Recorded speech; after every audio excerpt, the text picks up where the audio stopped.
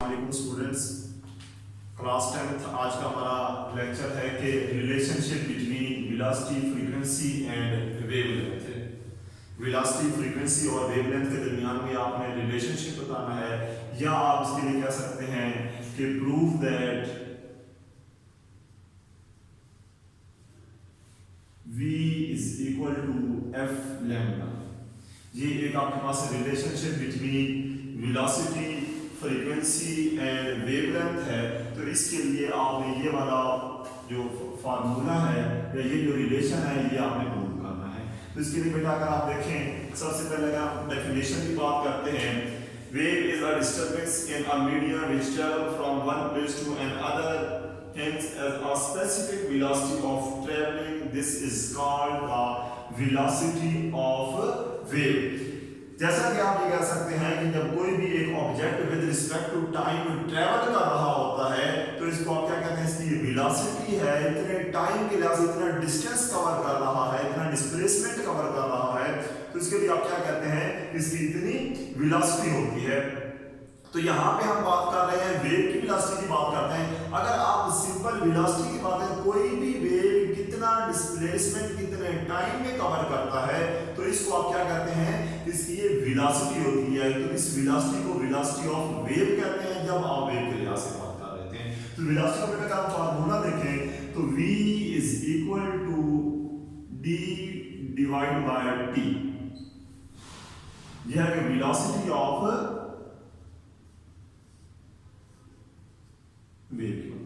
ये general formula d आपके पास distance है या डिस्प्लेसमेंट है, t आपके पास टाइम इंटरवल है, v आपके पास वेलोसिटी है। अगर हम इसकी बात करें यहाँ पे वेव की बेटा बात कर रहे हैं, तो वेव आपके पास क्या होती है, वन कंप्लीट वेव आपके पास एक क्रस्ट से सेकंड क्रस्ट या एक ट्रफ से सेकंड ट्रफ तक का जो डिस्टेंस होता है, ये वन वेव, या आप यहां से लेकर कह सकते हैं कि एक पॉइंट से सेकंड पॉइंट तक one crust and one trough, या एक क्रस्ट से दूसरे क्रस्ट तक या एक ट्रफ से दूसरे ट्रफ तक का जो डिस्टेंस है, इसको आप क्या, ये डिस्प्लेसमेंट, इसको आप क्या कहते हैं, वन वेव कहा जाता है, वन वेव लेंथ कहा जाता है। तो with respect to time, time period किसको कहते हैं, हम d को चेंज कर देते हैं लैम्डा के साथ।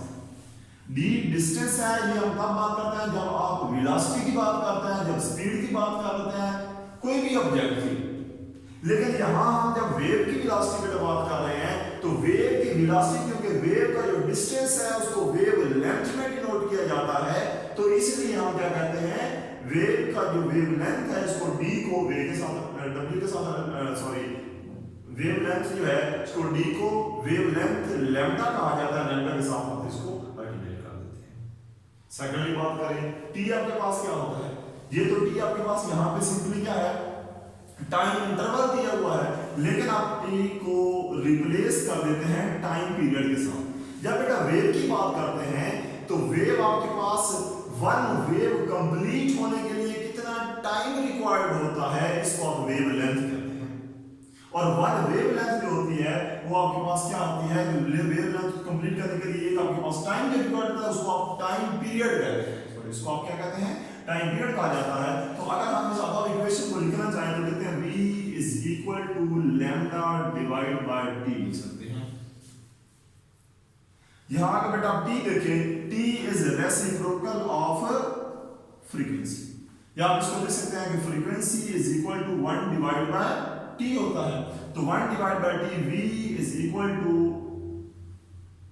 1 divide by t multiply by lambda. तो 1 डिवाइड बाय t जो है ये किसके इक्वल है, f के इक्वल है, फ्रीक्वेंसी के इक्वल है। तो आप यहां से लिख सकते हैं v is equal to f lambda. तो ये आपके पास फार्मूला प्रूव हो जाता है। तो आप इसके लिए क्या कर सकते हैं कि वेव की जो स्पीड होती है ये directly proportional to frequency and also directly proportional to wavelength of speed होती है। तो ये वाला फार्मूला आपके पास है, कंप्लीट होता है जी। तो इसके साथ आगे रिपल टैंक 10.5 टॉपिक है, रिपल टैंक क्या होता है। तो बेटा ripple tank is a device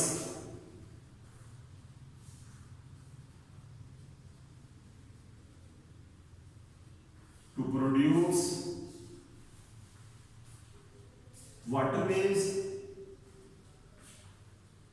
and study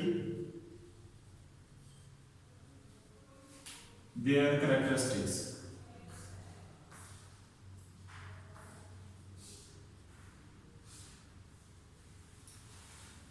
ripple टैंक बेसिकली आपके पास एक ऐसी डिवाइस होती है जो कि वाटर वेव्स को प्रोड्यूस करने के लिए यूज की जाती है। आपने वाटर वेव्स की बात की, वेव्स के बाद आपने जो है ना वो उनकी टाइप्स की बात की, और उसके बाद आप कहते हैं कि वेव्स की कैरेक्टरिस्टिक्स क्या होती हैं। वेव्स की कैरेक्टरिस्टिक को जानने के लिए, के बारे में स्टडी करने के लिए सबसे पहले क्या बात होती है, प्रोडक्शन ऑफ वेव होती है। तो प्रोडक्शन ऑफ वेव्स के लिए बेटा क्या होता है, आपके पास कोई एक ऐसी डिवाइस होनी चाहिए, कोई ऐसा सिस्टम होना चाहिए, कोई ऐसा सिनेरियो होना चाहिए जहां पे आपके पास वेव्स क्रिएट हो रही। तो इसके लिए साइंटिस्ट ने रिपल टैंक का नाम दिया, एक डिवाइस क्रिएट की जिसके जरिए आप क्या करते हैं, वेव्स को क्रिएट किया जाता है, वेव्स की प्रोडक्शन की जाती है। फिर इन वेव्स की जो प्रोडक्शन के बाद उन वेव्स की कैरेक्टरिस्टिक्स को स्टडी किया जाता है, उसके बाद मुख्तलिफ एक्सपेरिमेंट किए जाते हैं। तो इसके बाद डेफिनेशन लिखिए, डेफिनेशन के बाद आते हैं कंस्ट्रक्शन।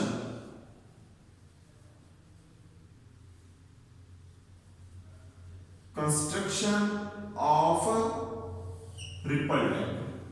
कंस्ट्रक्शन में आपने क्या लिखना है कि वे ripple tank consist a tray shape, rectangular tray shape. इसमें सबसे क्या होता है, पहले तो आप ये बात करते हैं बेटा कि इसमें एक रेक्टेंगुलर शेप का आपके पास ट्रे होता है, और इस ट्रे की जो साइड्स होती हैं इनको ऊंचा किया जाता है, यहाँ पे वाटर प्लेस किया जाता है, यहाँ पे पानी को पुट किया जाता है। वाटर पुट करने के बाद आप क्या करते हैं, यहाँ इसके नीचे जो है ना वो ग्लास लगा होता है, वाटर पुट किया जाता है, और यहाँ इसके ऊपर लैंप लगा होता है, यहाँ लैंप लगाया जाता है, और यहाँ इसके साथ एक वाइब्रेटर लगाया जाता है। ये स्टैंड लगा बेटा, स्टैंड के साथ ये इलेक्ट्रिक सप्लाई है, इलेक्ट्रिक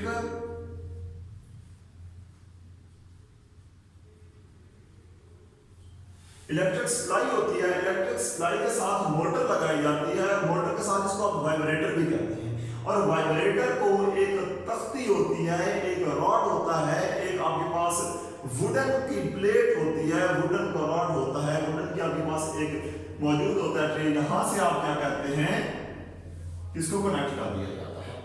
बेसिक पर्पस क्या है कि यहाँ पे ये आपके पास वाइब्रेटर जो होता है ये सतह पे मौजूद होता है, जहां से आप इसके स्विच को ऑन करते हैं तो वाइब्रेटर अप डाउन मूव करता है। इसकी इस तरह एडजस्ट किया जाता है कि यहाँ से वाइब्रेटर नीचे पानी में मौजूद, पानी के नीचे ग्लास जो है, ग्लास को हिट ना करे ताकि वो ब्रेक ना हो जाए, टूट ना जाए ग्लास। इतना इसकी वाइब्रेशन होती है कि ये सरफेस ऑफ वाटर के ऊपर जाकर के एक बार स्ट्राइक करता है, फिर अपवर्ड, फिर स्ट्राइक करता है, फिर अपवर्ड, फिर स्ट्राइक। तो ये कंटीन्यूअसली सेम फ्रीक्वेंसी की वेव्स प्रोड्यूस करता है। जब यहाँ पे मौजूद वाइब्रेटर अप डाउन मूव करता है, वाइब्रेशन करता है, वाइब्रेट करता है, तो यहाँ से क्या होता है, वाटर की सरफेस के ऊपर वेव्स क्रिएट होना स्टार्ट होता है, जिसका क्लियर इमेज जो है वो देखने के लिए आप क्या करते हैं, यहाँ पे आपने लैंप लगा होता है। लैंप से क्या होता है कि लैंप से जब लाइट पड़ती है तो उसके नीचे मौजूद आपके पास एक व्हाइट पेपर रख देते हैं, जिसके ऊपर क्या होता है, लाइट पड़ने की वजह से क्रस्ट ऑफ एक टाइम ऐसा होता है जहां पे वेव्स जो होती हैं वो कंस्ट्रक्टिवली मीट कर रही होती हैं, दूसरे टाइम होता है जहां पे डिस्ट्रक्टिवली मीट कर रही होती हैं। एक बार कंस्ट्रक्शन होती है, एक बार डिस्ट्रक्टिव। तो फिर आप क्या कहते हैं, क्रस्ट होते हैं, ट्रफ होता है, क्रस्ट होता है, ट्रफ होता है। तो यहाँ आपके पास वेव्स ट्रैवल करती हुई चली जाती हैं, और इनका जो इमेज होता है वो यहाँ नीचे मौजूद एक आपके पास जो व्यू स्क्रीन है, इसको आप स्क्रीन कह सकते हैं, इसके ऊपर बकायदा वाज़ेह तौर पर आप देख सकते हैं कि dark and bright fringes produce हो रही होती हैं, और इन डार्क और ब्राइट फ्रिंजेस प्रोड्यूस होने से आप कह सकते हैं कि ये वेव्स प्रोड्यूस हो रही हैं जो कि आपके पास इस वाइब्रेटर से फॉरवर्ड मूव करते हुए चली जा रही हैं। तो आपने क्या करना है, कंस्ट्रक्शन लिखनी है। कंस्ट्रक्शन के बाद आपने क्या करना है, इसकी कंप्लीट वर्किंग लिखनी है कि ये वर्क कैसे करना होता है। Working of ripple tank. Construction में आपने क्या लिखना है कि it consist a tray shape, rectangular shape tray आपके पास होता है, और इसके साथ आपके पास वाइब्रेटर लगा होता है, इलेक्ट्रिक सप्लाई होती है, लैंप होता है, स्क्रीन होती है। इसको इस तरह एडजस्ट कर दिया जाता है कि यहाँ पर आप लोगों ने वर्किंग करनी है। जब स्विच को ऑन किया जाता है तो ये वाइब्रेटर अप डाउन मूव करता है और इसके अप डाउन मूव करने की वजह से कंटिन्यूअसली यहाँ पे सेम फ्रीक्वेंसी की फ्रिंजेस जो हैं, सेम फ्रीक्वेंसी की जो वेव्स हैं, जो वाइब्रेशंस हैं, वो प्रोड्यूस हो रही होती है। और इनकी वेव की प्रोडक्शन जो है उसको देखने के लिए वाज़े तौर पे आप स्क्रीन लीजिए। स्क्रीन का मतलब क्या होता है बेटा, लैंप लगाया जाता है। लैंप की वजह से ये होता है कि इसका क्लियर इमेज या दूसरे अल्फाज में आप इसको अक्स कह सकते हैं, इसका साया आपको यहाँ नीचे ट्रे के मौजूद नजर आ रहा होता है, जिसको आप क्या कह सकते हैं, यहाँ से देख सकते हैं कि एक बार क्रस्ट है, ट्रफ है, क्रस्ट है, ट्रफ है। एक डार्क फ्रिंज होती है, एक ब्राइट फ्रिंज होती है, क्योंकि यहाँ पे बेटा जो वेव होती है वो यहाँ से ट्रैवल कर रही होती है। वो एक टाइम क्रस्ट होता है, सेकंड टाइम ट्रफ होता है। इसी तरह एक कंस्ट्रक्टिव इंटरफेरेंस होती है, ये आगे चल के आप उसमें बेटा पढ़ेंगे। कंस्ट्रक्टिव इंटरफेरेंस होती है, डिस्ट्रक्टिव इंटरफेरेंस होती है। तो उसके लिए एक टाइम आपके पास ब्राइट फ्रिंज प्रोड्यूस होती है और सेकंड टाइम आपके पास डार्क और ब्राइट फ्रिंजेस दोनों प्रोड्यूस होती हैं। वर्किंग के बाद आपने क्या करना है, इसके लिए है प्रॉपर्टीज होती हैं, प्रॉपर्टीज ऑफ वेव्स। वेव्स की प्रॉपर्टीज को स्टडी करने के लिए बेटा बेसिक 3 वेव्स की प्रॉपर्टीज आपके पास यहां पे होती हैं। एक आपके पास होती है, सबसे पहले है कि reflection,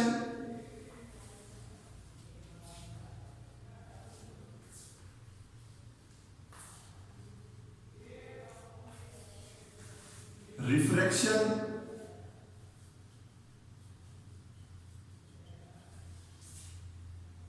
and diffraction.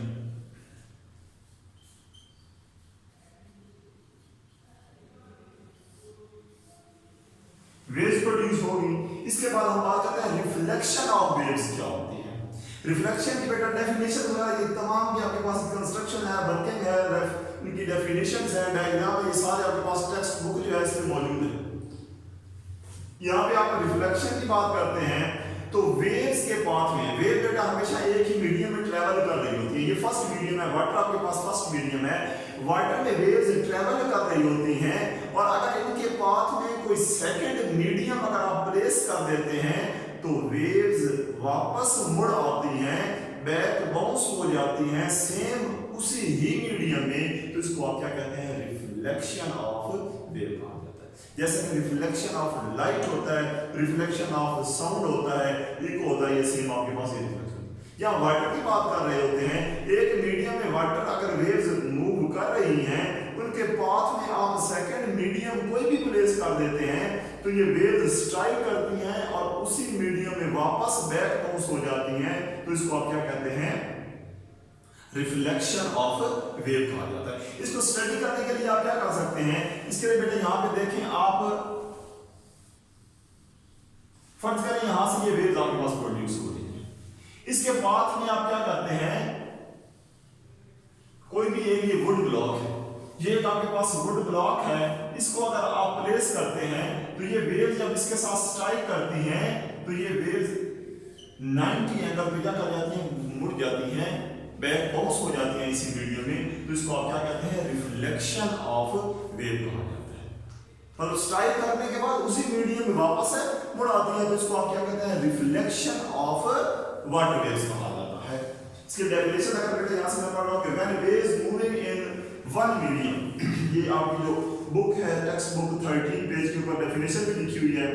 When waves moving in one medium fall on the surface of another medium, they bounce back into the first medium such that angle of incident is equal to angle of reflection is called angle of reflection is called reflection of wave। अगर आपके पास यहाँ से ये 90 angle के साथ यहाँ पे strike करती हैं तो आपके पास ये वापस जब मुड़ती हैं तो फिर भी आपके पास 90 एंगल ही होता है। यानी कि इंसिडेंट एंगल जो होता है वो इक्वल टू रिफ्लेक्टिव एंगल के इक्वल होता है। Angle of reflection and angle of incident जो होता है ये आपके पास दोनों सेम होते हैं। जिस एंगल साथ जब स्ट्राइक करती है उसी मीडियम में वापस बैक बाउंस हो जाती है, तो इसको आप क्या कहते हैं कि रिफ्लेक्शन ऑफ वाटर वेव कहा जाता है। सेकेंडली बेटा इसकी जो कैरेक्टरिस्टिक्स ऑफ वेव है, ये क्या है कि रिफ्लेक्शन ऑफ लाइट क्या होती है, लाइट की बात करें, रिफ्लेक्शन ऑफ वेव क्या होती है। तो यहां अगर हम बात करते हैं तो रिफ्लेक्शन ऑफ वेव के लिए आप ये कह सकते हैं कि जब वाटर वेव्स एक मीडियम में ट्रेवल कर रही होती हैं तो मीडियम की जो आपके पास वाटर है उसकी डेप्थ चेंज हो जाती है। मिसाल के तौर पर आप कह सकते हैं कि एक पॉइंट आपके पास गहरा पानी है और एक जगह ज्यादा गहरा पानी है और कम गहरा पानी है। एक जगह ऐसी है जहां पे आपके पास कम गहरा पानी है और ज्यादा गहरा पानी है। तो वेव्स की नेचर क्या होती है, उनकी वेवलेंथ क्या होती है, उनकी चेंज हो जाती है। स्पीड और वेवलेंथ क्या हो जाती है, चेंज हो जाती है। इसको आप क्या कहते हैं, रिफ्लेक्शन ऑफ वेव कहा जाता है। फर्ज करें आपके पास एक जगह ऐसी है जहां पे आपके पास वाटर जो है वो गहरा पानी है, deep water and shadow water कहा जाता है। डीप वाटर पे आपके पास जो वाटर वेव्स होती हैं, अगर वहां आपके पास, पहले शैलो वाटर की बात करते हैं, शैलो वाटर में वाटर वेव्स मौजूद हैं, यहां से ट्रैवल करती हुई जब डीप वाटर में पहुंचती हैं तो वहां जाकर के वेव्स की जो वेवलेंथ होती है वो इंक्रीज हो जाती है। वेवलेंथ आपके पास क्या कर जाती है, और रिलेशनशिप बेटा यहां से पढ़ में v = f लैम्डा। स्पीड आपके पास वेवलेंथ इंक्रीज करती है तो स्पीड भी इंक्रीज कर जाती है। एक आपके पास फर्ज करें ये आपके पास यहां ये वाटर वेव है, ये यहां अगर आप बेटा देखें तो यहां आपके पास जो वाटर है वो कम मौजूद है, कम गहरा पानी मौजूद है यहां पे। लेकिन यहां अगर ये पॉइंट आप देखें तो यहां आपके पास डीप वाटर है, यहां अगर आप बात करें तो यहां पे आपके पास शैलो वाटर है। इसके लिए आप कह सकते हैं कम गहरा पानी है और यहां आपके पास ज्यादा गहरा पानी है, या आप इसके लिए क्या कह सकते हैं, deep water and shallow water. तो डीप वाटर शैलो वाटर में अगर वेव जब थी तो उनकी वेव लेंथ भी कम थी, स्पीड भी कम थी। तो जब आपके पास सेकंड, जब आपके पास मीडियम वही होता है, जब आपके पास डीप वाटर में एंटर होती हैं तो वेव्स, तो इसकी चाहे वेव्स की जो वेवलेंथ होती है, जो लैम्डा होता है वो इंक्रीज हो जाता है, बड़े साइज की वेव्स बनना स्टार्ट हो जाती हैं और इसके साथ इनकी स्पीड भी चेंज हो जाती है। तो इसको आप क्या कहते हैं, इसको आप रिफ्लेक्शन ऑफ वेव कहा जाता है। और इसको बेटा आप एक्सपेरिमेंटली ऑब्जर्व कर सकते हैं। अक्सर औकात ये लोग यही से ऑब्जर्व करते हैं, अगर आपको मालूम नहीं है ये सैलाब वगैरह है या कोई डैम है या कहीं भी पानी मौजूद है तो आपको गहराई मालूम करें कि यहाँ पानी कम है या ज्यादा है, तो एक स्टोन को वहाँ पे फेंका जाता है, या किसी ऑलरेडी वहाँ पे अगर वेव्स प्रोड्यूस हो रही होती हैं, अगर कम साइज की वेव्स प्रोड्यूस हो रही होती हैं तो उसके लिए आप क्या कहते हैं कि यहाँ पे वाटर जो है ना वो कम गहरा है। और अगर इनका साइज, इनकी वेवलेंथ, बड़ी वेवलेंथ की वेव्स प्रोड्यूस हो रही होती है तो उसके लिए आप क्या कहते हैं, यहाँ इसकी जो वेवलेंथ ज्यादा है तो यहाँ आपके पास गहरा पानी है, ये भी एक चेक करने के लिए, तो इसको आप क्या कहते हैं, रिफ्लेक्शन ऑफ वेव कहा जाता है। इसके बाद बेटा लास्ट आपके पास इसकी कैरेक्टरिस्टिक ऑफ वेव में है कि डाइफ्रैक्शन ऑफ वेव क्या होता है। Diffraction of wave, diffraction of wave के लिए बेटा आप ये कह सकते हैं कि when the bending or spreading of a wave around the sharp edge of the corner of obstacle or slit is called the diffraction of a wave. Bending or spreading of the wave क्या कहते हैं, bending और spreading of the waves। यहाँ आपके पास waves continuously produce हो रही हैं और अगर इनके पाथ में, इनके रास्ते में अगर आप कोई भी और मीडियम प्लेस कर देते हैं या कोई कॉर्नर है तो उसके अराउंड क्या कर देते हैं, वेव्स बेंड हो जाती हैं, मुड़ जाती हैं, इसको क्या कहा जाता है, डाइफ्रैक्शन ऑफ वेव कहा जाता है। फॉर एग्जांपल आप ये कहते हैं कि ये आपके पास वेव्स हैं, ये कंटिन्यूसली यहाँ से ये प्रोड्यूस हो रही है, ये वेव्स आपके पास एक पैटर्न जा रहा है। यहाँ आप क्या करते हैं, एक प्लेस करते हैं, कोई भी आपके पास एक मटेरियल पुट कर देते हैं जिसके लिए ये यहाँ पे ये एज हो, जब वेव्स यहाँ से इंटर होती हैं तो इस ऑब्स्टेकल के अराउंड क्या कर जाती हैं, बेंड हो जाती हैं, मुड़ जाती हैं, तो इसको आप क्या कहते हैं, डाइफ्रैक्शन ऑफ वेव कहा जाता है। तो बेटा ये चैप्टर का जो थ्योरेटिकल वर्क था ये आपका यहाँ पे कंप्लीट हो गया है। और इसमें अगर कोई भी इशू होता है, कोई बच्चे पूछ रहे थे सर लिखना कैसे है, समझ नहीं आ रही, क्या प्रॉब्लम, कोई भी किसी बच्चे को इशू हो सकता है तो उसके लिए बेटा आप पूछ सकते हैं। आप ये टॉपिक कैसे आपने लिखना है एज इट इज बुक पे मौजूद है, यहाँ से आपने सबसे पहले इसकी डेफिनेशन लिखनी है, रिपल टाइम की डेफिनेशन लिखें, डेफिनेशन के बाद आप कंस्ट्रक्शन लिखे हुए बुक में एज इट इज मौजूद है। यहाँ आपके पास पूरी पूरी बात जो है ना वो बेटा लिखी इसलिए नहीं जाती क्योंकि सारा मटेरियल आपके पास यहाँ मौजूद होता है और बाकी मेन मकसद है आपको बात का ये टॉपिक का क्लियर करना, समझाना, कंसेप्ट का क्लियर करना। तो आपने डेफिनेशन लिखनी है, कंस्ट्रक्शन लिखनी है, वर्किंग लिखनी है और उसके बाद आपने यहाँ पे इसके रिफ्लेक्शन एंड डाइफ्रैक्शन की characteristics ऑफ वेव्स हैं ये राइट करनी है और हर एक के साथ आपने एक्सप्लेनेशन, डेफिनेशन, एक्सप्लेनेशन एंड साथ इसकी डायग्राम बनानी है। बुक में मौजूद है बेटा, हर एक के साथ सामने लिखी है। रिफ्लेक्शन आपने यहाँ पे बना भी दी है, या आपके पास रिफ्लेक्शन के बनानी है। रिफ्लेक्शन के लिए आपने जो है ना वो डीप एंड शैलो वाटर पहले यहाँ पे बना दी है ये है, और फिर आपने डाइफ्रैक्शन के लिए ये वाली डायग्राम बनानी है। ये डायग्राम्स आपने साथ इसकी लाजिम बनानी है। एक्सप्लेनेशन इसके लिए बेटा 2 क्वेश्चन में ये वाला लॉन्ग क्वेश्चन में आ सकता है बोर्ड में कि आपके पास रिक्वायर्ड टाइम को डिस्क्राइब किया जाए, तो उसके लिए आपने क्या करना, कोई इसकी डेफिनेशन एग्जांपल सारा कंप्लीट एक्सप्लेन करना होता है विद डायग्राम। और दूसरा आपके पास सिर्फ ये भी क्वेश्चन एक क्वेश्चन में एक क्वेश्चन पूछा जा सकता है, ए बी पार्ट में पूछा जा सकता है कि कैरेक्टरिस्टिक्स ऑफ वाटर वेव्स बताएं, तो उसके लिए थ्री वाटर वेव्स के कैरेक्टरिस्टिक्स बतानी है और साथ ही इसके आपने एक्सप्लेनेशन बतानी है। और इसमें कोई भी क्यूरी होती है तो वो आप इसके लिए पूछ सकते हैं। और तमाम बच्चे जो है ना इसका होमवर्क जो होता है वो अपना ग्रुप में बनाए गए हैं, तो विद टाइम जो है ना वो आप सेंड किया करें। बहुत कम बच्चों का रिस्पॉन्स आ रहा है, तो इसके लिए जो है ना वो आप काम लिखते रहें, तो कंप्लीट होने चाहिए। अभी आप आए जितना भी चैप्टर मुकम्मल होंगे वो सारे आपकी नीट कॉपी के ऊपर मौजूद होने चाहिए।